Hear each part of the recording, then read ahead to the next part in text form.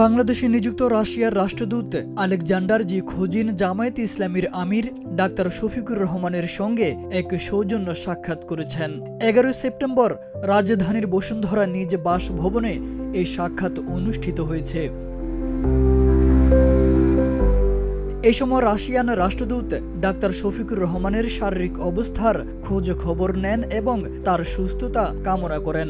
একই সঙ্গে দুই বন্ধুত্বপূর্ণ দেশের পারস্পরিক স্বার্থ সংশ্লিষ্ট বিষয়াদি নিয়ে আলোচনা হয়। আলোচনার এক পর্যায়ে রাষ্ট্রদূত চলতি বছরের শেষার্ধে মস্কোতে অনুষ্ঠেয় আন্তর্জাতিক ইসলামিক কনফারেন্সে অংশগ্রহণের জন্য জামায়াত আমিরকে আমন্ত্রণ জানান। ডাক্তার শফিকুর রহমান এই আমন্ত্রণ সানন্দে গ্রহণ করেন।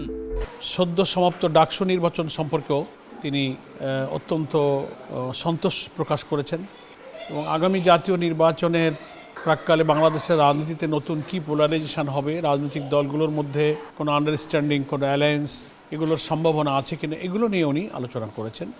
মস্কোতে সামনে অনুষ্ঠিতব্য একটা আন্তর্জাতিক সম্মেলনের জন্যও তিনি আমাদের সম্মানিত আমির জামাতকে আমন্ত্রণ জানিয়েছেন এবং আমির জামাতও ওয়ার্ল্ড পলিটিক্স, বিশ্ব অর্থনীতি, আন্তর্জাতিক পরাশক্তিগুলো, রাজনীতি, অর্থনীতি নিয়েও খুব খোলামেলা, আন্তরিক এবং সৌহার্দ্যপূর্ণ পরিবেশে উভয়ের সঙ্গে মত বিনিময় করেছেন, আলোচনা হয়েছে।